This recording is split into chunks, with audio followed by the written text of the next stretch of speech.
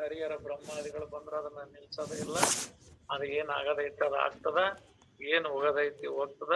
ನಾನ್ ಏನು ಆಗೋನಲ್ಲ ಹೋಗೋನಲ್ಲ, ನಾನು ಯಾವಾಗ್ಲೂ ಇರೋನು ಅನ್ನೋದೊಂದು ಪ್ರಜ್ಞೆ ನಮ್ಗೆ ಇರ್ಬೇಕು ಅನ್ನೋದು ಇದೇ ಪ್ರತ್ಯಯ. ಅಂದ್ರೆ ಆತ್ಮ ಅನಾತ್ಮದ ವಿಚಾರವನ್ನ ನಾವು ತಿಳಿದು, ಇದು ಅನಾತ್ಮ ವಸ್ತುಗಳಾಗಿರ್ತಕ್ಕಂಥ ಈ ಶರೀರ, ಮನಸ್ಸು, ಬುದ್ಧಿ, ಇಂದ್ರಿಯಗಳು ಇವು ಎಂದಿಗಾದ್ರೂ ಒಂದ್ ದಿವಸ ನಾಶವಾಗಿ ಹೋಗ್ತಾವ.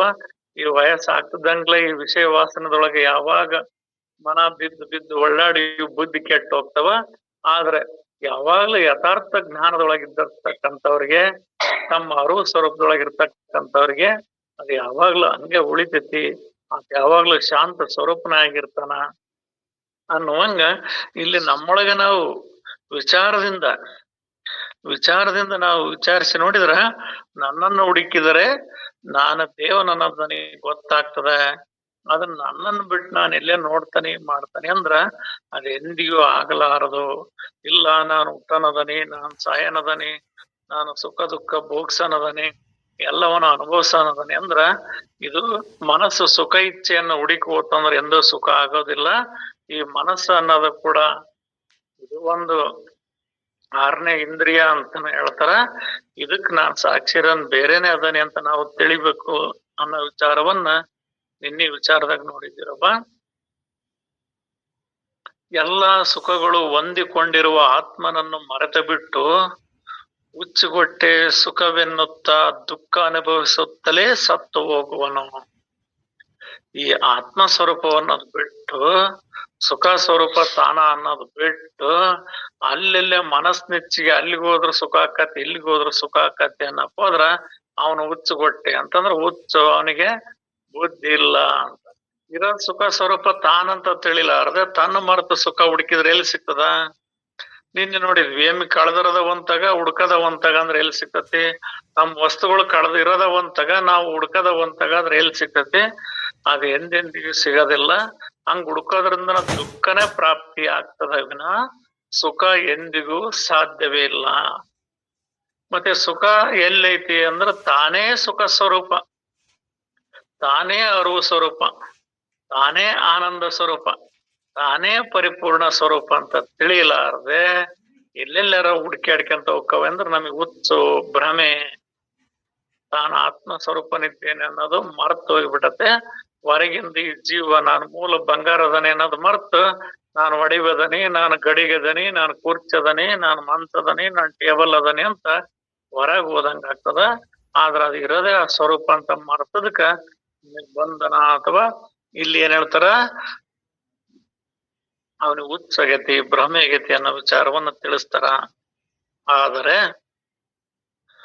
ಜಾಣನು ಮಾತ್ರ ಹಾಗೆ ಮಾಡದೆ ಸುಖವಾಗುವಂತೆ ನಡೆಯತಕ್ಕದ್ದು. ತಿಳುವಳಿಕಿಲ್ದರು ಎಲ್ಲೇ ಸುಖ ಐತಿ ಅಂತ ಹುಡುಕ್ತಾರ ಅಂದ್ರ ತಿಳುವಳಿಕಿದ್ದನು ಹಂಗ ಹುಡುಕೋದಿಲ್ಲ. ಅವನ್ ಯಾಕೆ ಹುಡುಕಕ್ ಹೋಗ್ತಾನ? ತನ್ನೊಳಗ ಉಡಿಯಲ್ಲಿ ರತ್ನವಿರುತ್ತಿರೆ ನೆರಮನೆಯ ಮಕ್ಕಳ ಸೆರೆಗೊಡ್ಡಿ ಬೇಡುವ ಮರುಳನೇನೆಂಬೆ ಅಂತ. ಉಡಿಯಲ್ಲಿ ರತ್ನ ಅಂದ್ರ ತಾನೇ ರತ್ನದ ಕಣಜ, ತಾನೇ ಆ ಬಂಗಾರ ಸ್ವರೂಪ, ತಾನೇ ಆನಂದ ಸ್ವರೂಪ, ತಾನೇ ಅರಿವು ಸ್ವರೂಪ, ತಾನೇ ಪರಬ್ರಹ್ಮ ಸ್ವರೂಪ. ಹಂಗಂತ ತಿಳಿಯಲಾರದೆ ನೆರಮನೆಯ ಮಕ್ಕಳ ಸೆರೆಗೊಡ್ಡಿ ಬೇಡುವ. ಇಲ್ಲಿ ನೆರಮನೆ ಮಕ್ಕಳಂದ್ರ ನಾವಿಲ್ಲಿ ಹೊರಗ ಆ ಮನೆಗಳಲ್ಲ. ಇಲ್ಲಿ ಆ ದೇವ್ರ ತಕ್ ಹೋದ್ರ ಸುಖ ಸಿಕ್ತತಿ, ಈ ದೇವ್ರ ತಕ್ ಹೋದ್ರ ಸುಖ ಸಿಕ್ತತಿ, ಅವ್ರ ಜ್ಯೋತಿಷ್ಯ ಕೇಳಿದ್ರ ಸುಖ ಸಿಕ್ತತಿ, ಇವ್ರ ತಕ್ ಹೋದ್ರ ಸುಖ ಸಿಕ್ತತಿ ಅಂತ ಹುಡುಕ್ತಾವಲ್ಲ, ಇವೆಲ್ಲವೂ ನೆರಮನೆ. ನನ್ನ ಮನೆ ಯಾವ್ದಂದ್ರ ನನ್ನ ಮನೆ ಆನಂದ ಸ್ವರೂಪ. ನನ್ನ ಮನೆ ಹೆಂಗೈತಿ ಅಂದ್ರ ಯಾವಾಗ್ಲೂ ಇರ್ತಕ್ಕಂಥದ್ದು ಅಂತ. ಇದಕ್ಕೊಂದು ಸಿದ್ದೇಶ್ವರ ಅಪ್ಪಾಜಿಯವರು ಒಂದು ಉದಾಹರಣೆ ಕೊಟ್ಟಿದ್ರು. ಗ್ರೀಕ್ ದೇಶದ ಅಥೇನ್ಸ್ ನಗರದಲ್ಲಿ ಒಬ್ಬ ಸಾಧು ಇದ್ದ. ಆ ಸಾಧುವಿಗೆ ಒಬ್ಬ ಶ್ರೀಮಂತ ಶಿಷ್ಯನಿದ್ದ. ಎಂತ ಅಥೇನ್ಸ್ ಪಟ್ಟಣದಲ್ಲಿ ಶ್ರೀಮಂತರ ಹೆಸರು ಹೇಳದ್ರಲ್ಲಿ ಆತನು ಒಬ್ಬ ಶ್ರೀಮಂತ ಅನ್ನೋ ಒಬ್ಬ ಶ್ರೀಮಂತ ಇದ್ದ. ಆತ ಇವರು ಸಾಕ್ರಟೀಸ್ ಅವ್ರಿಗೆ ಗುರು ಆಗಿದ್ದೆ. ಆತ ಒಂದ್ಸರಿ ಕೇಳ್ತಾನ, ಸರಿ ಸಾಕ್ರಟೀಸ್ ಅಲ್ಲ, ಗುರುವಿನ ಹೆಸರು ನನಗೆ ಮರ್ತೋಗಿದೆ, ಆ ಗುರುವಿನ ಹೆಸರು ನಿಖರವಾಗಿ ಸಾಕ್ರಟೀಸ್ ಅಲ್ಲ. ಅವಾಗ ಆತ ನಿಮಗೊಂದು ಮನೆ ಕಟ್ಸಿಕೊಡ್ತಾನೆ ಅಂತ. ಆತನೊಳಗೆ ಏನಿತ್ತಂದ್ರ ಆತನ ಆಸ್ತಿ ಒಂದು ಗೋಣಿ ಚೀಲ, ಒಂದು ಪಾತ್ರೆ, ಒಂದು ಕೋಲು. ಆತನ ಆಸ್ತಿ. ಆತ ಎಲ್ಲೇ ಸತ್ಸಂಗಕ್ಕೆ ಹೋದ್ರು ಒಂದು ಪಾತ್ರೆ, ಒಂದು ಕೋಲು, ಒಂದು ಗೋಣಿ ಚೀಲ, ಒಂದು ನಾಯಿ. ನಾಯಿ ಆತನಿಂದ ಬರದಂತೆ ಆತ ಯಾವಾಗ್ಲೂ ಸಂಚಾರಿ, ಯಾವುದೇ ವಾಹನಗಳನ್ನಾಗ್ಲಿ ಅವತ್ತಿನ ಕುದುರೆ ಆನೆ ಯಾವನು ಹತ್ತದಂಗ ಆತ ಹಿಂಗೆ ಸಂಚಾರದೊಳಗೆ ಇದ್ದ ಅಂತ. ಅವಾಗ ಆತಗ ಶಿಷ್ಯ ಕೇಳ್ತದ, ಅಪ್ಪ ನನ್ನ ಹತ್ರ ಇಷ್ಟ ಐತಿ, ನಿನಗೊಂದ್ ಮನೆ ಕಟ್ಸ್ಕೊಡ್ತಾನಿ, ನಿನಿಗೂ ನಿನ್ ನಾಯಿಗೂ ನಿನ್ಗೆ ಎಲ್ಲದಕ್ಕೂ ಒಂದು ಮಾಡ್ಕೊಡ್ತಾನಿ ಅಂತ ಕೇಳ್ತದ. ಅವ್ರು ಊನಪ್ಪ ಇವನಿತ್ತು ಅಂತ ಸುಮ್ನೆ ಇದ್ರು. ಒಂದ್ ದಿವಸ ಅವನು ಒತ್ತಿ ಕೇಳಿದ. ಅವಾಗ ಅವ್ರು ಹೇಳಿದ್ರು, ನೋಡಪ್ಪ ನಾನು ಇರೋದು ಒಂದ್ ಮನೆಗ್ ಅದ,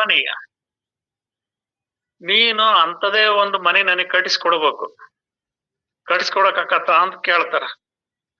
ಹೇಳಪ್ಪ ಕಟ್ಸ್ಕೊಡ್ತಾನೆ ಅಂತ ಕೇಳ್ತಾನ. ಅವಾಗ ಆತ ಹೇಳ್ತಾನ, ನನ್ ಮನೆಗ ದಿನ ಸೂರ್ಯ ಮುಣಗ್ಬೇಕು, ರಾತ್ರಿ ನಾನ್ ದೀಪ ಹಚ್ಚಂಗಿಲ್ಲ, ನಕ್ಷತ್ರಗಳೇ ಚಂದ್ರರೇ ತಾರೆಗಳೇ ನನ್ನ ಮನೆಗೆ ಬೆಳಕಾಗ್ಬೇಕು, ನನ್ನ ಮನೆಗೆ ಕಿಟಕಿ ಬಾಗ್ಲು ಅಡೆತಡೆಗಳು ಯಾವ ಇರಬಾರದು, ನನಗೆ ಸ್ವತಂತ್ರನಾಗಿರ್ಬೇಕು, ಯಾವುದೇ ಅಡೆತಡೆಗಳು ಇರಬಾರದು ಅಂತ ಮನೆ ಏನಾರ ನೀನ್ ಕಟ್ಸ್ಕೊಡಕತ್ತ ಅಂತ ಕೇಳಿದ್ರು. ಅಂದ್ರೆ ಅರ್ಥಾತ್ ಅವರು ಈ ಬ್ರಹ್ಮಾಂಡದ ವಿಸ್ತಾರದ ಸ್ಥಿತಿಯನ್ನ ಹೇಳಿದ್ರು. ಇಷ್ಟು ಸೂರ್ಯರು ಇರ್ಬೇಕು ನನ್ನ ಮನೆಗ, ಇಷ್ಟು ನಕ್ಷತ್ರ ಚಂದ್ರ ತಾರ್ಯರು ಇರ್ಬೇಕು, ಅಂತ ಮನೆಗ್ ನಾನು ಅದನಿ, ನಾನು ಆನಂದ ಸ್ವರೂಪವಾಗದನಿ, ನನ್ ಮನೆಯೊಳಗ ಅವ್ರೆಲ್ಲರ ಅದಾರ, ನನ್ನೊಳಗ ಅವ್ರೆಲ್ಲರ ಅದಾರ, ಅಂತದ್ರೊಳಗ ನಾನು ಅದನಿ, ಅಂತ ಮನೆ ಕಟ್ಕೊಡಕತ್ತೇನ್ ನಿನಗೆ ಅಂತ ಕೇಳಿದ್ರ ಗುರುಗಳು.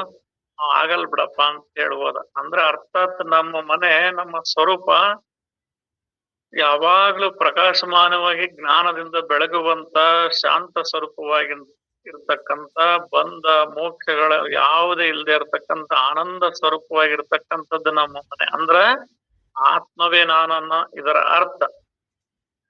ನಾನು ಇರೋದ ಅದ್ರೊಳಗದನಿ, ನನ್ನೊಳಗ ಇವೆಲ್ಲ ಅದಾವು ಅಂತ, ನನ್ನ ಮನೆಯೊಳಗ ಇವೆಲ್ಲ ಅದಾವು ಅಂತ.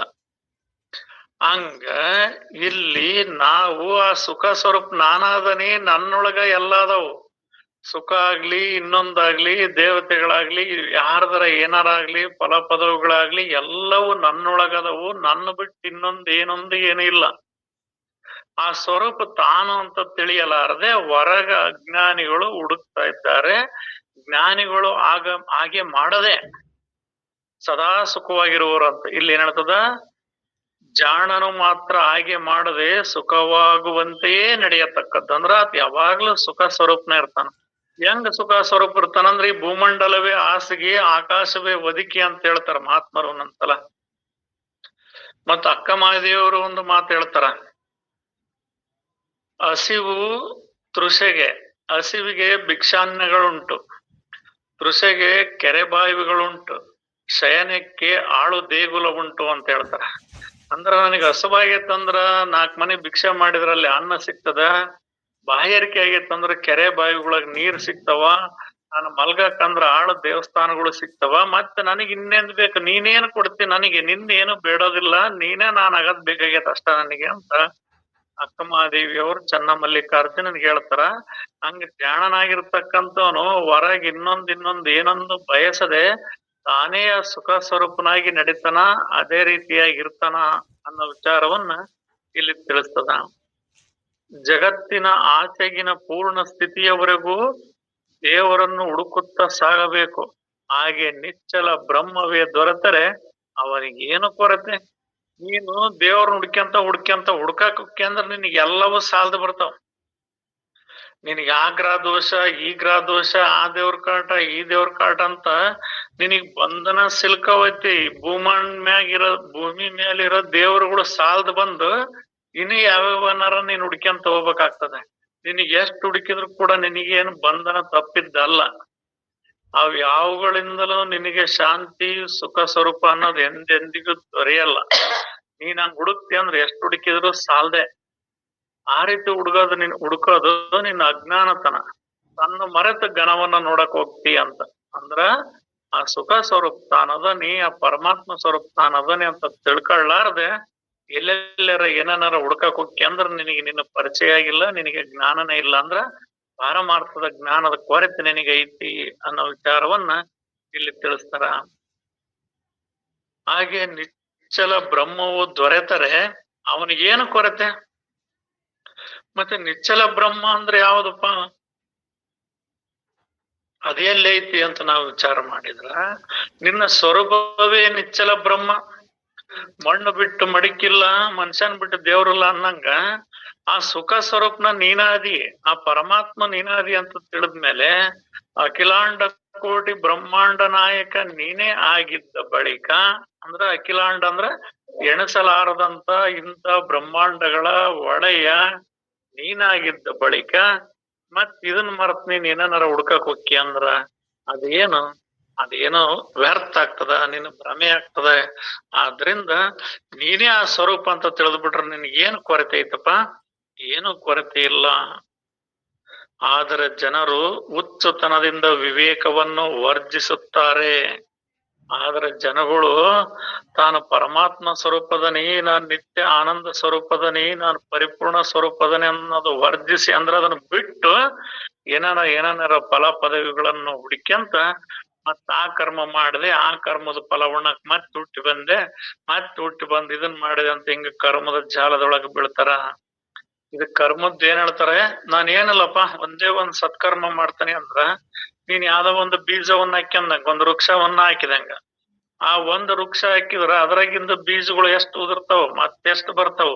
ಹಿಂಗ ಕರ್ಮದಿಂದ ಮುಕ್ತಿ ಸಾಧ್ಯವಿಲ್ಲ, ಜ್ಞಾನ ಸಾಧ್ಯವಿಲ್ಲ, ಎಂದೆಂದಿಗೂ ಸಾಧ್ಯವಿಲ್ಲ. ಯಾಕಂದ್ರ ಹೊರಗ ಲಿಂಗ ಪೂಜಕಂಗೆ ಫಲ ಪದವಿಗಳಲ್ಲದೆ ಲಿಂಗ ದರ್ಶನವಿಲ್ಲ, ಜ್ಞಾನಕ್ಕೆ ಪರಿಭ್ರಮಣೆಯಲ್ಲದೆ ಲಿಂಗ ದರ್ಶನವಿಲ್ಲ ಅಂತ ಹೇಳ್ತಾರ. ನೀನು ಲಿಂಗ ಬ್ಯಾರಿಟ್ಟು ದೇವ್ರನ್ನೋದ್ ಹೊರಗ್ ಬ್ಯಾರಿಟ್ಟು ನೀನ್ ಏನೋ ಪೂಜೆ ಮಾಡ್ತಿ ಅಂದ್ರ ನಿನಗೆ ಆ ಲಿಂಗದ ದರ್ಶನ ಆಗೋದಿಲ್ಲ. ಇಲ್ಲ, ನಾನು ಆ ಲಿಂಗ ತಿಳಿತೇನೆ, ಆ ಜ್ಞಾನ ತಿಳಿತೇನೆ, ವೇದಶಾಸ್ತ್ರ ಉಪನಿಷತ್ತುಗಳನ್ನೆಲ್ಲವನ್ನ ತಿಳಿತೇನೆ ಅನ್ಕಂತ ಹೋದ್ರ ನಿನಗ್ ಬರೀ ತಿರುಗಾಡೋದಾಗ್ತದೆ. ಆ ತಿರುಗಾಡೋದ್ರಿಂದ ಅದು ಜ್ಞಾನದಿಂದ ಪರಿಭ್ರಮಣೆಯಲ್ಲದ ಲಿಂಗ ದರ್ಶನವಿಲ್ಲ ಅಂತ ಹೇಳ್ತದ. ಈಗ ಹೊರಗೆ ಏನಾರ ಮಾಡ್ತಾನೆ ಅಂದ್ರೆ ಅದು ಎಂದೆಂದಿಗೂ ಸಾಧ್ಯವಿಲ್ಲ. ಆ ಸ್ವರೂಪವ ತಿಳಿದಾಗ ಅದು ತಾನೇ ಏಕತ್ವ ಅನ್ನೋದು ಬರ್ತದ. ನೀನ್ ಅದನ್ನ ತಿಳಿಲಾರ್ದ ಹೊರಗ್ ನೋಡಕ್ ಹೋಗ್ತಿ ಅಂದ್ರ ಅದು ಅನೇಕತ್ವವಾಗಿ ಹೋಗ್ತದೆ. ವಿವೇಕದ ಫಲ ಸುಖವು ಹಾಗೂ ಅವಿವೇಕದ ಫಲವು ದುಃಖವು ಕಟ್ಟಿಟ್ಟಿದ್ದು. ವಿವೇಕದ ಫಲ ಸುಖವು, ವಿವೇಕದಿಂದ ಜ್ಞಾನದಿಂದ ನಾವು ವಿಚಾರಿಸಿ ನೋಡಿದಾಗ ಅದಕ್ಕೆ ಸುಖ ಫಲ ಪ್ರಾಪ್ತಿ ಆಗ್ತದೆ. ಸುಖ ಫಲ ಪ್ರಾಪ್ತಿ ಆಗ್ತದಂದ್ರೆ ಈ ಜನನ ಮರಣದ ಜಂಜಾಟದಿಂದ ಬಿಡುಗಡೆ ಆಗ್ತದ, ಬಂಧನದಿಂದ ಬಿಡುಗಡೆ ಆಗ್ತದ. ತಾನೇ ಆ ಸ್ವರೂಪವಾಗಿ ಆ ಬಯಲಾಗಿ ತಾನಾಗಿರ್ತದ, ಅದೇ ಸುಖ. ಮತ್ತೆ ಅವಿವೇಕದ ಫಲ ಯಾವುದಂದ್ರ ದುಃಖ. ಅವಿವೇಕ ಅಂದ್ರ ಬೇರೆ ಎಲ್ಲೋ ಸುಖ ಐತಿ ಅಂತ ಎಲ್ಲೆಲ್ಲೋ ಹುಡ್ಕ್ಯಾಡ್ಕ್ಯಂತ ಹೋಕ್ಕವಲ್ಲ, ಅದ ನಮಗ್ ದುಃಖ ಕೊಡದದ.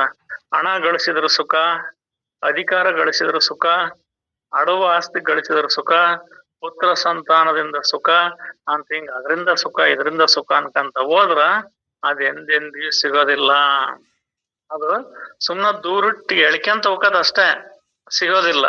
ಈ ಕುದುರಿ ಟಾಂಗವಲ್ಲ, ಕುದುರಿ ಗಾಡಿ ಕಟ್ಕೊಂಡು ಹೊಡಿತಿರ್ತಾನ, ಅದು ಹೋಗಲ್ಲ ಅಂದ್ಮೇಲೆ ಅದಕ್ಕೊಂದು ಮೊಳ ಉದ್ದ ಹಸಿರು ಹುಲ್ ಕಟ್ಟಿ ಕೈ ಬಿಡ್ತಾನ. ಅದು ಹಸಿರು ಹುಲ್ ಸಿಕ್ಕಿತೇನ ಅಂದ್ ಹೆಜ್ಜೆ ಹಾಕಿ ಆಗ್ತದೆ. ಎಂದಿಗ್ ಸಿಗ್ಬೇಕು ಅದು ಹಸಿರು ಹುಲ್? ಎಂದಿಗೂ ಸಿಗೋದಿಲ್ಲ. ಹಂಗ ನಾವು ಕೂಡ ಈ ಪ್ರಪಂಚದೊಳಗ್ ಸುಖ ಸಿಕ್ತತ್ ಅಂತ ಹೋದ್ರ ಅದ್ ಎಂದೆಂದಿಗೂ ಸಿಗೋದಿಲ್ಲ. ಅದು ಅವಿವೇಕತನ ಆಗ್ತದ. ಆ ಅವಿವೇಕದ ಫಲ ದುಃಖ, ವಿವೇಕದ ಫಲ ಸುಖ. ಇವುಗಳಲ್ಲಿ ಯಾವ್ದು ಇಷ್ಟವೋ ಅದನ್ನು ಅವಶ್ಯವಾಗಿ ಮಾಡತಕ್ಕದ್ದು. ಇಲ್ಲಿ ಅವ್ರ ಏನ್ ಹೇಳ್ತಾರ, ನಿನಗೆ ಎರಡೂ ತಿಳಿಸ್ತವೆ, ಸುಖ ದುಃಖದ ಎರಡು ಭಾಗಗಳನ್ನ ತಿಳಿಸ್ತವೆ. ನೀನು ಮತ್ತೆ ಸುಖದ್ದು ಪಡಿತೀಯ, ಸುಖದ ಪಡಿ.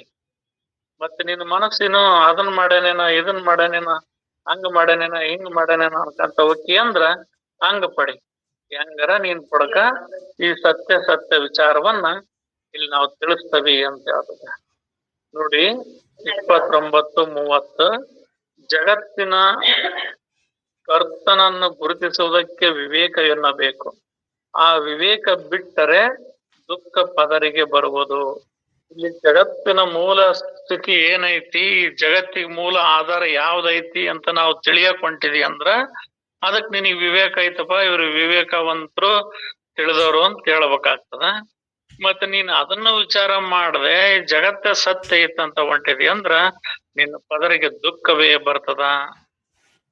ಈಗ ಈ ಮಾತಿರಲಿ ಕರ್ತನನ್ನು ಗುರುತಿಸಬೇಕು. ಜಾಣರು ತಮ್ಮ ಹಿತಕ್ಕೆ ಎರವಾಗತಕ್ಕದ್ದಲ್ಲ. ಅಂದ್ರ ಇಲ್ಲಿ ನಾವ್ ಯಾವ್ದು ಇದಕ್ಕೆ ಮೂಲ ಇರ್ತಕ್ಕಂಥವನು, ಮೂಲ ಸ್ವರೂಪ ಯಾವ್ದೈತಿ ಅನ್ನೋದನ್ನ ನಾವ್ ವಿಚಾರ ಮಾಡ್ಬೇಕಾಗೈತಿ. ಇಲ್ಲಿ ತಮ್ಮ ಹಿತ ಅಂದ್ರ ಶರೀರದ ಸುಖ ಬಯಸುವುದು ಹಿತ ಆಗೋದಿಲ್ಲ. ತನ್ನ ಪರಿಪೂರ್ಣ ಆತ್ಮ ಸ್ವರೂಪನೇ ತಾನಂತ ತಿಳಿಯೋದು ಅದು ಹಿತ. ವಿವೇಕಾನಂದ್ರ ಹೇಳ್ತಾರ, ದೇಹಾತ್ಮ ಬುದ್ಧಿಯಿಂದ ತನ್ನ ಸುಖವನ್ನ ಬಯಸುವನ್ ಎಂದೂ ಸುಖವಾಗಿರಲಾರ ಅಂತ. ಅಂದ್ರ ಈ ದೇಹತ್ವ ಭಾವದಿಂದನೇ ನನಗೆ ಸುಖ ಪ್ರಾಪ್ತಿ ಆಗ್ತದೆ ಅನ್ನೋವನು ಎಂದೆಂದಿಗೂ ಇರಕ ಸಾಧ್ಯನೇ ಇಲ್ಲ. ಮತ್ತೆ ಸುಖ ಹೆಂಗೈತಿ ಅಂದ್ರ ತನ್ನ ಸ್ವರೂಪ ವಿಚಾರದೊಳಗ ಸುಖ ಐತಿ ಅನ್ನೋ ವಿಚಾರವನ್ನ ಈ ಪ್ರತ್ಯಯ ನಿರೂಪಣ ಅನ್ನೋ ವಿಚಾರ ಎಷ್ಟು ಹೇಳ್ತಿದ್ರಪ್ಪ. ಇತಿ ಶ್ರೀ ದಾಸಬೋಧೆ ಗುರು ಶಿಷ್ಯ ಸಂವಾದ ತ್ರಯೋದಶ ದಶಕೆ ಪ್ರತ್ಯಯ ನಿರೂಪಣಾ ನಾಮ ಸಮಸ್ತ ಇಲ್ಲಿ ಮುಕ್ತಾಯ ಆಯ್ತಪ್ಪ. ಇಲ್ಲಿ ಮುಂದಿನದು ದಶಕ 13 ಸಮಾಸ 8 ಅರ್ಥ ನಿರೂಪಣ ನುಡಿ 38 ಶ್ರೀ ಗುರುಭ್ಯೋ ನಮಃ. ನುಡಿ 1:14 ಶ್ರೋತೃತಾರನು ವಕ್ತಾರರನ್ನು ಕುರಿತು ಸಿದ್ಧಾಂತವಾಗಿ ಕರ್ತ ನಿರುವನಾನು. ಅಂದ್ರೆ ಕರ್ತನಿರುವವನು ಯಾರು ಅಂತ ಪ್ರಶ್ನೆ. ಅಂದ್ರೆ ಶಿಷ್ಯ ಏನ್ ಪ್ರಶ್ನೆ ಕೇಳ್ತಾನ ಗುರುಗಳಿಗೆ, ನೀವೆಲ್ಲ ಇದ್ರದ್ದೆಲ್ಲ ಮೂಲ ಇದು ಸೃಷ್ಟಿ ಅಂತ ಐತಲ್ಲ, ಇದು ಮೂಲ ಎಲ್ಲಿದ್ದ ಬಂತು, ಇದಕ್ಕೆ ಯಾರ ಕಾರಣಕರ್ತರದಾರ ಹೇಳ್ರಿ. ಈ ಬ್ರಹ್ಮಾಂಡ ರೂಪ ಆವ ದೇವ್ಯ ಸೃಷ್ಟಿಯನ್ನು ಯಾರು ಮಾಡಿದ್ರು, ಈ ಬ್ರಹ್ಮಾಂಡಗಳನ್ನೆಲ್ಲ ಯಾರು ಮಾಡಿದ್ರು, ಈ ಸೂರ್ಯರನ್ನ ಯಾರು ಸೃಷ್ಟಿ ಮಾಡಿದ್ರು, ಚಂದ್ರರನ್ನ ಯಾರು ಸೃಷ್ಟಿ ಮಾಡಿದ್ರು, ಈ ದೇವತೆಗಳನ್ನೆಲ್ಲ ಯಾರು ಸೃಷ್ಟಿ ಮಾಡಿದ್ರು, ಈ ಭೂಮಿ, ಈ ಸಾಗರ, ಗ್ರಹಗಳು ಇದೆಲ್ಲದ ಐತಲ್ಲ, ಇಷ್ಟು ಮಹತ್ವವಾಗಿರೋದೈತಲ್ಲ ಈ ಬ್ರಹ್ಮಾಂಡ, ಇದನ್ನ ಯಾರು ಸೃಷ್ಟಿ ಮಾಡಿದ್ರು. ಸೂರ್ಯನ ಎಲ್ಲರಿಗೂ ಬೆಳಕು ಕೊಡ್ತಾನ, ಎಲ್ಲಾ ಗ್ರಹಗಳು ಸುತ್ತದವು, ಎಲ್ಲವೂ ತಮ್ಮ ಇತಿಮಿತಿಯೊಳಗೆ ಇರ್ತಾವು, ಎಲ್ಲವೂ ಒಂದು ಅಂಕೆ ಆಜ್ಞೆ ಒಳಗೆ ಇರ್ತಾವು. ಮತ್ ಇದನ್ನೆಲ್ಲ ಮಾಡಿದವ್ರು ಯಾರು ಅಂತ ಒಂದು ಪ್ರಶ್ನೆ. ಈ ಪ್ರಶ್ನೆ ಕೇಳಲು ಸಭಾಧ್ಯಕ್ಷರು, ಶ್ರೋತೃಗಳೇ, ಈ ವಿಷಯದಲ್ಲಿ ಒಬ್ಬರಿಗಿಂತಲೊಬ್ಬರು ಜಾಣರಾಗಿ ಮಾತಾಡುತ್ತಿರುವರು. ಅವರು ಅಂಬೋಣದು ಚಮತ್ಕಾರವನ್ನಷ್ಟು ಹೇಳುವೆವು, ಚಿತ್ತಗೊಟ್ಟು ಕೇಳಿರಿ.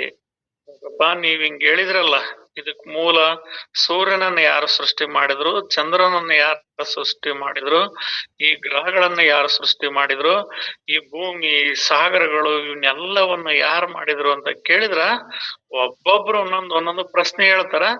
ಮತ್ ಯಾರು ಏನ್ ಹೇಳ್ತಾರ ಅನ್ನೋದ ನೋಡೋಣ.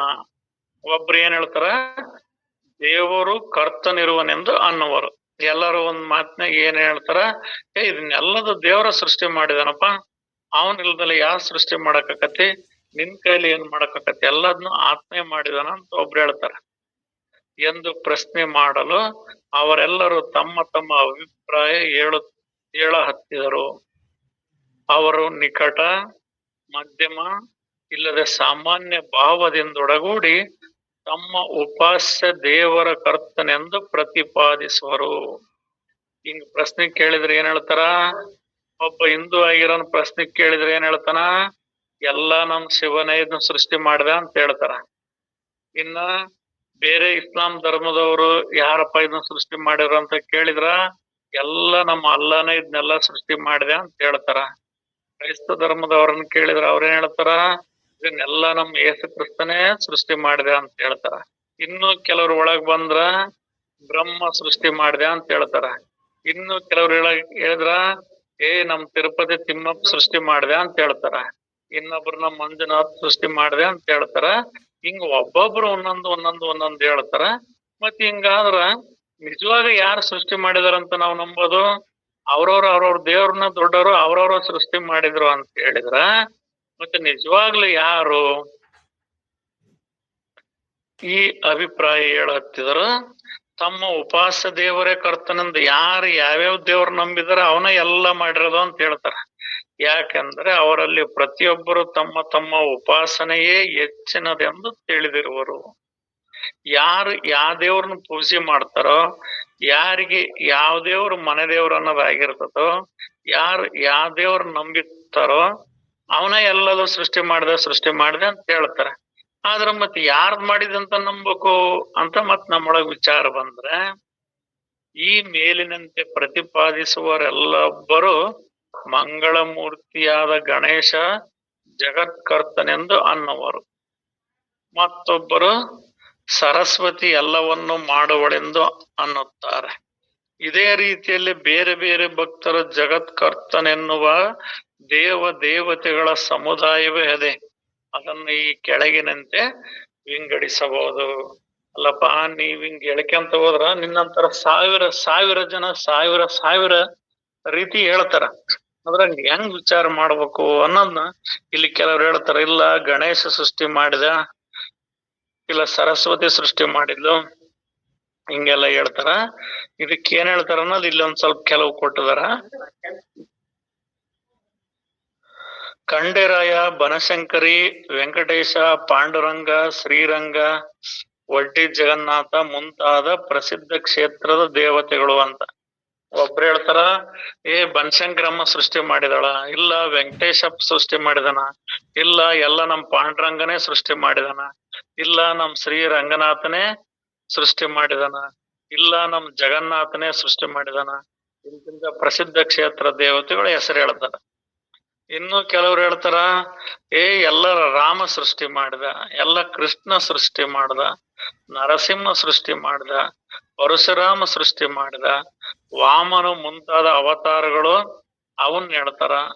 ಇನ್ನು ಕೆಲವರು ಬ್ರಹ್ಮ ವಿಷ್ಣು ಮಹೇಶ್ವರರು ಅವ್ರು ಮಾಡಿದ್ರಪ್ಪ ಅಂತಾರ. ಇನ್ನು ಕೆಲವರು ಲಕ್ಷ್ಮಿ, ಸರಸ್ವತಿ, ಗಣೇಶ, ಕಾರ್ತಿಕ್ ಸ್ವಾಮಿ, ಮಾರುತಿ ಮುಂತಾದ ಉಪದೇವತೆಗಳು ಅವ್ರು ಮಾಡಿದ್ರು ಅಂತಾರ. ಇನ್ನು ಕೆಲವರು ಭೈರವ ದೇವ್ರು ಮಾಡಿದ, ಇಲ್ಲ ಬೀರ್ ದೇವ್ರು ಮಾಡಿದ, ಇಲ್ಲ ಜೊಂಟಿಗ, ಮಂಜ, ತುಕಾಯಿ, ಸಟವಾಯಿ ಮುಂತಾದ ಕ್ಷುದ್ರ ದೇವತೆಗಳು ಅಂತ ಹೇಳ್ತಾರ. ಇನ್ನು ಕೆಲವರು ದತ್ತಾತ್ರೇಯ ತನ್ನ ಗುರು, ರೇವಣ ಸಿದ್ಧ, ಬಸವಣ್ಣ, ವೀರಣ್ಣ ಮುಂತಾದ ಜ್ಞಾನಿಗಳು ಅಂತ ಹೇಳ್ತಾರ. ಸೂರ್ಯ, ಅಗ್ನಿ, ವಾಯು, ಪೃಥ್ವಿ, ಮಳೆ ಮುಂತಾದ ಪಂಚಭೂತಗಳಿಂದ ಆಗೈತಿ ಅಂತ ಹೇಳ್ತಾರ. ಸ್ವಭಾವ, ಪ್ರಾರಬ್ಧ ಯೋಗ, ಪ್ರಯತ್ನವು ಮುಂತಾದವು ಮಾಯಾ, ಜೀವ, ನಿರ್ಗುಣ, ಪರಮಾತ್ಮ. ಇನ್ನು ಕೆಲವರು ಅದ್ ಏನೇನ್ ಪ್ರಾರಬ್ಧ ಐತ, ಅದ್ ಏನೇನ್ ಆಗದೈತ ಅದ್ ಐತ್ ಬಿಡ, ಅವನ್ ಮಾಡ್ಯಾನ, ಒಬ್ಬನ್ ಬೇರೆ ಅದನ್ನ, ಸುಮ್ನ ನಾವ್ ಅವನ್ ಮಾಡ್ದೆ ಇವನ್ ಮಾಡ್ದೆ ಅಂತ ಯಾಕೆ ಹೇಳಕ್ ಅಂತ ಒಬ್ರು ಹೇಳ್ತಾರ. ಇನ್ ಕೊನೆಗಿರೋರ್ ಒಬ್ರು ಏನ್ ಹೇಳ್ತಾರ, ಮಾಯೆಯಿಂದ ಜೀವ, ಆ ಜೀವ ನಿರ್ಗುಣ, ಪರಮಾತ್ಮ ಈ ರೀತಿ ಆಗೈತಿ ಅಂತ ಹೇಳ್ತಾರೆ. ಮತ್ತೆ ನಾವ್ ಹಿಂಗ ಎಲ್ಲರೂ ಹೇಳಿಕಂತ ಕೂತ್ಕೊಂಡ್ರ ಮನಸ್ಸು ಭಿನ್ನ ಆಗ್ತದ. ನಿಜವಾಗ ಮೂಲ ಸ್ವರೂಪ ಯಾರು ಅನ್ನೋದನ್ನ ನಮ್ಮೊಳಗೆ ನಾವು ತಿಳಿಬೇಕು ಅನ್ನೋ ವಿಚಾರವನ್ನ ಇಲ್ಲಿ ತಿಳಿಸ್ತಾರ. ಈ ಪ್ರಕಾರವಾಗಿ ಕರ್ತನು ಯಾರೆಂಬ ಪ್ರಶ್ನೆಗೆ ಉತ್ತರ ಹೇಳುವವರ ಸಂತೆಯೇ ನಡೆಯಿತು. ಈಗ ಏನ್ ನಾವ್ ಹೇಳ್ಕೊಂತ ಬಂದಿವಲ್ಲ, ಹಿಂಗಿನ ಅನಂತ ದೇವರುಗಳು ಹೆಸರು ಹೇಳ್ತಾರ.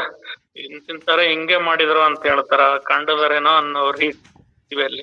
ಆದ್ರ ಅಷ್ಟು ಸತ್ಯ ಅಂತ ಹೆಂಗ್ ನಂಬ್ತಿ ಅಂತ ವಿಚಾರ ನಡಿಬೇಕಾಗ್ತದ. ಬಲ್ಲಂತವ್ರಿಂದ ಇದು ತಿಳಿತತಿ. ಅವರಲ್ಲಿ ಯಾರ ಮಾತನ್ನಾರ ಸತ್ಯವೆಂದು ನಂಬಬೇಕು. ತಾವು ದೇವರೆಂದು ಅನ್ನುವವನೇ ಸರ್ವಕರ್ತನೆಂದು ಹೇಳುವ ಜನರು ಈ ಗೊಂದಲ ಮುಗಿಯಲೇ ಒಲ್ಲದು. ಇಲ್ಲಿ ಯಾರೇನ್ ಹೇಳ್ತಾರ, ಯಾರ್ ತಾನ್ ದೇವ್ರ ಅದನೆ ಅಂತ ಹೇಳ್ತಾನಲ್ಲ ಅಂತನ್ ಮುಂದೆ ಏನಾರ ಹಿಂಗ ಅವ್ರು ಮಾಡಿದ್ರೆ ಇವ್ರು ಮಾಡಿದ್ರೆ ಅಂದ್ರ ಈಗ ಹಿಂಗೆ ಹೇಳಿಕೆಂತ ಹೋಗ್ರಿ ನಿಮ್ದು ಎಂದೆಂದಿಗೂ ಮುಗಿಯೋದಿಲ್ಲ ಅಂತ ಹೇಳ್ತಾನ. ಅವರು ತಮ್ಮ ಉಪಾಸನೆಯ ಆತ್ಮಾಭಿಮಾನದಿಂದ ಹಾಗೆ ಮನಸ್ಸಿನಿಂದ ನಿಶ್ಚಯ ಮಾಡಿ ಬಿಡುವರು. ಬಲ್ಲಂತವ್ರು ಅವನ್ ಮಾಡ್ದೆ ಇವನ್ ಮಾಡ್ದೆ ಅಂದ್ರೆ ಯಾರ್ದೂ ಒಪ್ಪೋದಿಲ್ಲ. ಅವ್ರು ಆತ್ ಬಿಡು, ಆತ್ ಬಿಡು, ಬ್ರಹ್ಮನ ಮಾಡಿದ್ನ ಬ್ರಹ್ಮ ಮಾಡಿದ್ ಬಿಡು, ಪಾಂಡ್ರಂಗ ಮಾಡಿದ್ನ ಪಾಂಡ್ರಂಗ ಮಾಡಿದ್ ಬಿಡು, ತಿಮ್ಮಪ್ಪ ಮಾಡಿದ್ನ ತಿಮ್ಮಪ್ಪನ ಮಾಡಿದ್ ಬಿಡಂದ್ ಸುಮ್ನೆ ಹೋಗ್ಬಿಡ್ತಾರ. ಅದಕ್ಕಾಗಿ ಅವರಿಂದ ಕರೆ ವಿಚಾರವಾಗದು ಅಶಕ್ಯವು. ಇರಲಿ, ಅನೇಕ ಜನರ ಅನೇಕ ವಿಚಾರಗಳ ಸಂತೆಯಲ್ಲಿ ಒತ್ತಟ್ಟಿಗೆ ಉಳಿಯಲಿ. ಜಗತ್ಕರ್ತನ ವಿಷಯದ ಸತ್ಯ ವಿಚಾರ ಹೀಗಿದೆ. ಶ್ರೋತೃಗಳು ಏಕಾಗ್ರರಾಗಬೇಕು ಹಾಗೂ ನಿಶ್ಚಯದ ಬಲದಿಂದ ಸಂಶಯವನ್ನು ಕಡಿದು ಹಾಕಬೇಕು. ತಿಳಿದವರಿಗೆ ಇಲ್ಲಿ ಮುಖ್ಯವಾಗಿ ಅನುಭವವನ್ನೇ ಪ್ರಮಾಣ ಮಾನಿಸತಕ್ಕದ್ದು. 1000 ಜನ 1000 ಮಾತು ಹೇಳಿ ಒಬ್ಬ ಬಲ್ಲಂತ ಮಹಾತ್ಮ ಅನುಭವಿಯಾದ ಸತ್ಯ ಅನುಭವದಿಂದ ತಿಳಿಸಿ ಹೇಳ್ತಾನಂದ್ರ ಅದನ್ನ ಮಾನಿಸತಕ್ಕದ್ದು. ಅಂದ್ರ ಆತ ಅನುಭವದಿಂದ ತಿಳಿದು ಹೇಳ್ತಾನಲ್ಲ ಅದನ್ನ ನಾವು ಮನ್ನಣೆ ಮಾಡ್ಬೇಕಾಗ್ತದ, ಅದನ್ನ ತಿಳಿಬೇಕಾಗ್ತದ. ಯಾರ ಏನಾರ ಹೇಳ್ತಾರಂದ್ರ ಅದಕ್ಕೆ ನಾವು ಮನಗೊಳ್ಳಬಾರದು. ನಿರ್ಮಾಣ ಕರ್ತನು ಏನೇನು ಮಾಡುವನು ಅದೆಲ್ಲವೂ ಕರ್ತನ ನಂತರವೇ ಆಗುವುದು. ಆ ಕರ್ತನಿಗಿಂತ ಮೊದಲು ಇರಬಾರದಲ್ಲವೇ? ಇಲ್ಲಿ ವಿಚಾರವಂತರು ಏನ್ ಹೇಳ್ತಾರ, ಆತಪ್ಪ ತಿಮ್ಮಪ್ಪ ಸೃಷ್ಟಿ ಮಾಡಿದೆ ಅಂತ ನೀನ್ ಹೇಳ್ತಿ. ತಿಮ್ಮಪ್ಪನ ಸೃಷ್ಟಿ ಮಾಡಿದಾರೆ ಯಾರು? ಮತ್ತೆ ಅವನಿಗಿಂತ ಮೊದಲು ಇತ್ತು ಅನ್ನಂಗ ಆಗ್ತಲ್ಲ. ಮತ್ತೆ ಅವನಿಗಿಂತ ಮೊದಲು ಇತ್ತು ಅನ್ನೋದಾದ್ರೆ ಅವನು ಮಾಡಿದೆ ಅಂತ ಹೆಂಗ್ ಹೇಳ್ತಿ? ಮತ್ತೆ ಅವನೇ ಸೃಷ್ಟಿ ಮಾಡಿದ್ದು ಅಂತ ಹೆಂಗ್ ಹೇಳ್ತಿ? ಒಬ್ಬನಿರ್ಲೇಬೇಕಲ್ಲ. ಇಲ್ಲಿ ಕುಂಬಾರ ಗಡಿಗೆ ಮಾಡಿದಾನ, ಕುಂಬಾರರಿಂದ ಗಡಿಗೆ ಆತಂದ್ರ ಅರ್ಥಾತ್ ಶಿವನಿಂದ ಜಗತ್ತು ಎಲ್ಲದೂ ಸೃಷ್ಟಿ ಆತಂದ್ರ ಶಿವನ ಸೃಷ್ಟಿ ಮಾಡಿದಾರ ಯಾರ ಒಬ್ರು ಇರ್ಲೇಬೇಕಲ್ಲ. ಈ ಕುಂಬಾರ ಗಡಿಗೆ ಮಾಡಿದಾನಂದ್ರ ಕುಂಬಾರನ್ ಮಾಡಿದಾನ ಒಬ್ಬನ್ ಇರ್ಬೇಕಲ್ಲ. ಮತ್ ಕುಂಬಾರಕ್ಕೆ ತಂದೆ ತಾಯಿ ಅವನ ಹುಟ್ಟಿಗೆ ಆಧಾರ ಬೇಕಲ್ಲ. ಅದರಂತೆ ನೀವಿಲ್ ಹೊರಗ ಈಶ್ವರ ದೊಡ್ಡನು, ಬ್ರಹ್ಮ ದೊಡ್ಡನು, ವಿಷ್ಣು ದೊಡ್ಡನು, ರುದ್ರ ದೊಡ್ಡನು, ಅವನಿಂಗ್ ಮಾಡ್ದ ಇವನಿಂಗ್ ಮಾಡ್ದ, ಅವನ ದೊಡ್ಡರು ಅವನ ಎಲ್ಲಾ ಸೃಷ್ಟಿ ಮಾಡಿದ ಅಂತ ಹೇಳ್ತೀರಿ. ಸರಿ ಆತು, ಮತ್ ಅವನ ಸೃಷ್ಟಿ ಮಾಡಿದ? ಅವನ್ ಯಾರಿದ್ದ ಸೃಷ್ಟಿ ಅದ? ಮತ್ ಅದು ಮೂಲಕ್ ಹೋಗ್ಬೇಕಲ್ಲ. ನೀನ್ ನಡುವೆ ಹೇಳಿದೆ ಅಂದ ಮಾತ್ರಕ್ಕೆ ಇಷ್ಟ ಒಪ್ಪಕ್ಕೆ ಹೆಂಗಾಗ್ತದ? ಇನ್ನು ಮೂಲ ಹಿಂದೆ ಐತಲ್ಲ ಅಂತ ವಿಚಾರವಂತರು ವಿವೇಕಿಗಳು ಆ ಪೂರ್ಣ ವಿಚಾರವನ್ನ ನೋಡ್ತಾರ. ಈ ನ್ಯಾಯದಿಂದ ನೋಡಲು ಕಾರ್ಯವು ಪಂಚಭೂತಾತ್ಮಕವು ಮತ್ತು ಬ್ರಹ್ಮಾದಿ ದೇವತೆಗಳು ಕೂಡ ಪಂಚಭೂತಾತ್ಮಕರಿರುವರು. ಅಂದ್ರ ಆತಪ್ಪ ನೀನ್ ಬ್ರಹ್ಮ ಇವ್ರಿವ್ರು ಅಂತೆಲ್ಲ ಹೇಳಿದೆಲ್ಲ, ಮತ್ ಇವ್ರನ್ನ ಸೃಷ್ಟಿ ಮಾಡಿದಾರೆ ಯಾರು? ಮತ್ ಹಂಗಾರ ಒಟ್ಟಾರೆ ಎಲ್ಲಾರು ಸೃಷ್ಟಿಯಾಗಿದ್ ಹೆಂಗಾತ್? ಮತ್ತೆ ಬ್ರಹ್ಮ, ವಿಷ್ಣು, ಇನ್ನು ಏನೇನ ಬ್ರಹ್ಮಾದಿ ಅಂದ್ರ ಇನ್ನು ಆ ದೇವತೆಗಳು ಎಲ್ಲರೂ ಒಳಗೊಂಡು ಅಂತ. ಮತ್ ಇವ್ರನ್ನೆಲ್ಲರೂ ಯಾರ್ ಮಾಡಿದ್ರು? ಇದೆಲ್ಲ ಹೆಂಗ ಸೃಷ್ಟಿ ಆತ ಅಂತ ಹೇಳಿದ್ರ ಇದೆಲ್ಲದು ಕೂಡ ಪಂಚಭೂತಗಳಿಂದ ಆಗಿರ್ತಕ್ಕಂಥದ್ದು. ಇವರೆಲ್ಲರೂ ಪಂಚಭೂತ ಸ್ವರೂಪಗಳೇ. ಬ್ರಹ್ಮ ಅಂದ್ರು ಅವನ, ವಿಷ್ಣು ಅಂದ್ರು ಅವನ, ಶಿವ ಅಂದ್ರ ಅವನ. ಇವರೆಲ್ಲರೂ ಕೂಡ ಮಾಯೆಯಿಂದ ಅಥವಾ ಪಂಚಭೂತಾತ್ಮಕರಿರುವರು ಅಂದ ಮೇಲೆ ಭೂತಾಂಶದಿಂದ ಬ್ರಹ್ಮಾದಿಗಳು ಭೌತಿಕ ಜಗತ್ತು ನಿರ್ಮಿಸಿದ್ದರೆನ್ನುವುದು ಅಶಕ್ಯವು. ಅಲ್ಲಪ್ಪ, ನೀವು ಇವರ ಸೃಷ್ಟಿ ಮಾಡಿದ್ರ ಅಂತ ಹೇಳ್ತಿರಲ್ಲ, ಇವರು ಕೂಡ ಅದ್ರಂಗಾಗಿದಾರ. ನೀನ್ ಹೆಂಗಾಗಿದೀಯ ಹಂಗಾಗೈತಿ. ಬ್ರಹ್ಮನಿಗೆ ಶರೀರ ಐತಂದ್ರ ಅದು ಪಂಚಭೂತಗಳಿಂದನ ಆಗೈತಿ. ನಿನ್ನೊಳಗೆ ಶರೀರ ಐತಂದ್ರ ಅದು ಪಂಚಭೂತಗಳಿಂದ ಆಗೈತಿ. ಬ್ರಹ್ಮಾದಿಗಳಿಂದ ಹಿಡಿದು ಸಣ್ಣ ಜೀವ ಜಂತುಗಳು ಕೂಡ ಎಲ್ಲ ಪಂಚಭೂತಗಳಿಂದನ ಆಗಿದಾವು. ಮತ್ ಅವರು ನಮ್ಮಂಗ ಅದಾರಂದ್ರ ಅವ್ರ ಹೆಂಗ್ ಸೃಷ್ಟಿ ಮಾಡಕ್ ಬರ್ತದ? ಅವ್ರಿಗಿಂತ ಮಿಗಿಲಾದ ಒಂದು ಶಕ್ತಿ ಐತಿ ಅನ್ನೋದು ವಿಚಾರದಿಂದ ತಿಳಿಬೇಕಾಗ್ತದ. ಇಲ್ಲಿ ಮೊದಲು ಪಂಚಭೂತಗಳನ್ನ ಬೇರ್ಪಡಿಸಿ ಆಮೇಲೆ ಕರ್ತನನ್ನ ಕಂಡು ಹಿಡೀರಿ. ಇದೆಲ್ಲರೂ ಪಂಚಭೂತ ಸ್ವರೂಪಗಳದಾರ. ಇವ್ರು ನಮ್ಮಂಗ ಅದಾರ, ಇವ್ರಂಗ್ ನಮ್ಮನ್ನ ಸೃಷ್ಟಿ ಮಾಡಕ್ ಆಗ್ತದ? ಇವ್ರಿಗಿಂತ ಒಂದು ಶಕ್ತಿ ಬೇರೆ ಐತಿ ಅನ್ನೋದನ್ನ ವಿಚಾರ ಮಾಡ್ರಿ ಅನ್ನೋ ವಿಚಾರವನ್ನ ಇಲ್ಲಿ ತಿಳಿಸ್ತದ್ರಪ್ಪಾಜಿ. ಇನ್ನ ಉಳಿದ ವಿಷಯವನ್ನ ಮತ್ತೆ ನಾಳೆ ನೋಡೋಣ್ರಪ್ಪ. ಎಲ್ಲರಿಗೂ ಶರಣಾರ್ಥಿ ಅಪ್ಪಾಜಿ. ಶರಣಾರ್ಥಿ.